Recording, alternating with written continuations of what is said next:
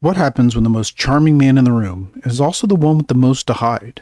We all know the icon, the trench coat, the kinetic purple energy, the disarming smile. But for Remy LeBeau, the man called Gambit, the entire persona is a performance. It's a mask built to hide a single devastating secret, a secret that cost hundreds of lives and defined his entire existence. Today we're tracing the echo of that secret, from the bloody tunnel under New York to a frozen wasteland in Antarctica.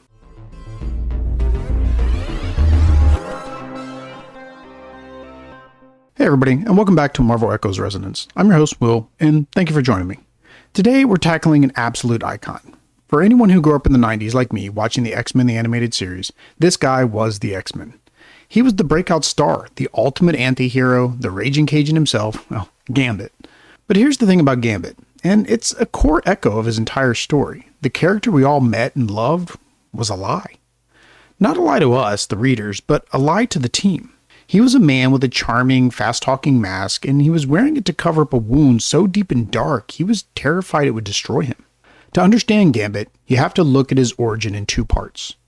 First, there's a character we met, Gambit's in-story debut back in Uncanny X-Men number 266. It was a masterpiece of his character introduction. It wasn't a big fight, it was in an alley where he finds a de-aged, amnesiac Storm.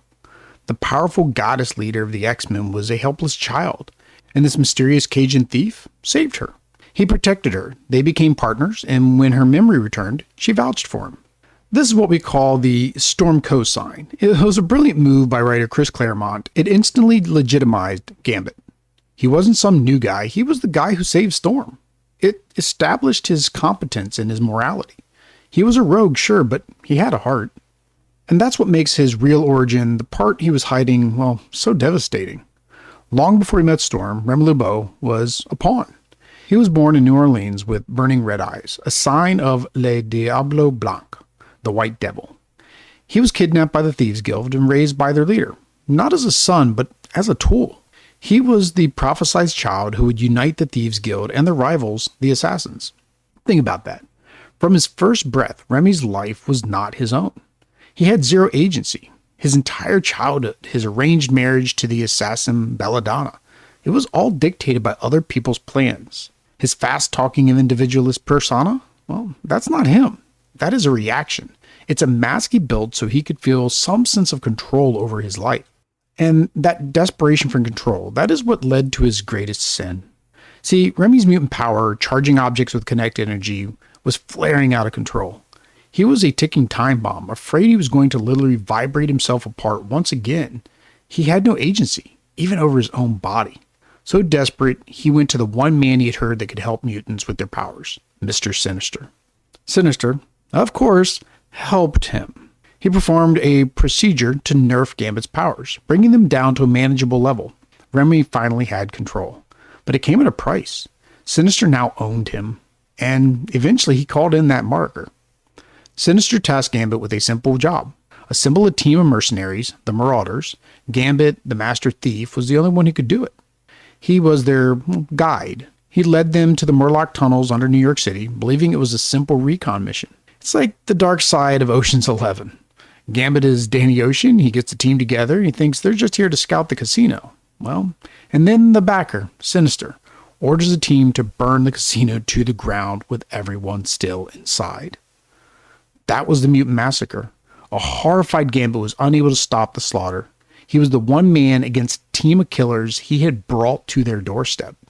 He fought back. He was nearly killed himself, and only managed to escape with a single life, a small child named Sarah, who would grow up to be the X-Men we know as Marrow. We'll definitely cover her in a future episode. So this is the man that saved Storm. This is the secret he is hiding when he joins the X-Men. He's not just a charming rogue, he's a man running from a sin he believes is unforgivable. For 7 years, that secret festered, and then in Uncanny X-Men number 350, the Echo became a roar. This is where the trial of Gambit occurs. The X-Men are captured in Antarctica. Their captor, a disguised Magneto, decides to stage a mock trial for the traitor in their midst, Gambit, and he appoints a judge, Rogue, the love of his life, the one person he was most terrified of losing. She is forced to give him the one kiss he never, ever wanted. And she absorbs everything. The deal with Sinister, The assembling of the Marauders, the tunnels, the blood, the screams of the Morlocks, the full, unvarnished, horrifying truth. And it shatters her. But here's the real tragedy, the true echo of this moment. When Rogue absorbs his memories, she also absorbed his own soul-deep self-loathing. Her horror, her repulsion, her calling him a monster. It's not just her reaction, it's now a mirror. It is his own guilt weaponized by her powers and echoed back at him. His entire life as an X-Men is built to hide one secret, terrified that if Rogue ever saw the real him, she would see him as he saw himself, a monster who didn't deserve love or family. And in that moment, his greatest fear came true. Rogue renounces him. She and the X-Men abandon him alone to die in a frozen wasteland of Antarctica. That is the wound. That's the event that defines his entire legacy. So where does a character go from there? How do you come back from being literally abandoned by your family for the sin you've hidden for years? The trial on the ice defined Gambit for the next 20 years. His entire quest became one of atonement. He was no longer just a bad boy hero. He was a man haunted by his past. This guilt is why he is so susceptible to a quick fix. It's why he fell under Apocalypse's sway and became a horseman of death. It wasn't a grab for power, it was a desperate, misguided act of a man who believed he was already damned. For decades, the Rogue-Gambit relationship was a broken record, a toxic will-they-won't-they cycle of pain. How could it not be? The wound of Uncanny X-Men 350 was very deep. He was a monster. She was the judge who abandoned him. But in 2018, writer Kelly Thompson picked up the pieces. This is the true resolution of Gambit's entire character arc. In the first Rogue and Gambit limited series, Kitty Pryde, now the X-Men leader, sends the estranged pair on a mission together to, a couple's counseling retreat. This series is a perfect, direct counter-echo to his trial. Think about it. The trial was in 1997 and orchestrated by a villain, Magneto. The therapy, in 2018, was orchestrated by a friend, Kitty Pryde. The trial ended in judgment and abandonment. The therapy ended in understanding and acceptance. We talked about Rogue's side of this in episode 31, but for Gambit, this was everything. This series literally forces him to confront their shared trauma, their fears, and their lingering echo of the trial on the ice. And this time, they healed. This therapy works. Immediately following the series, in X-Men Gold number 30, Rogue and Gambit get married. It's sudden, it's impulsive, and it's absolutely perfect. Their story then continues in Mr. and Mrs. X.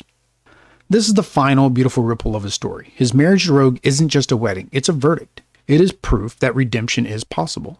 It's the story of a thief's heart finally healing. After that, Gambit and Rogue become one of the most stable couples in the Marvel Universe. They were a core part of the Krakoan era, with Gambit serving on the Excalibur team, and later, the X-Men. Their story was one of success. Which of course is why Marvel had to break our hearts. During the 2024 Fall of X storyline, Gambit sacrificed his life to save Rogue and his fellow mutants, dying in a massive explosion. It was a tragic, heroic, and frankly, beautifully written death. And of course, this is comics, so it lasted all of about 5 minutes. And this is the newest immediate echo. As of right now, in 2025, he's back. In the first story, he's in the new flagship X-Men series, and it's all about grieving. A furious Rogue leading her new team on a desperate mission to resurrect him. His legacy is finally complete. That 30-year journey from the monster abandoned in the ice to the husband who gave his life for his wife, that is the permanent echo. So I'll leave you with this question. Is there a sin so great that it can't be atoned for? Gambit spent 30 years trying to answer that. He went from a man defined by a single horrific choice to a man who earned his redemption. What do you think? Does his final sacrifice, the love he found with Rogue, finally wash the red from his ledger? Let me know your thoughts in the comments below.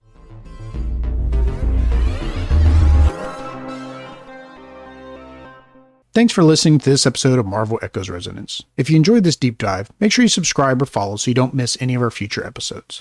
Leaving a like and a review really help the podcast grow. And please, leave me a comment, let me know what other characters and stories you would like to see me cover next. For more great content, make sure you click the link below to our website. Till next time, true believers, make mine Marvel.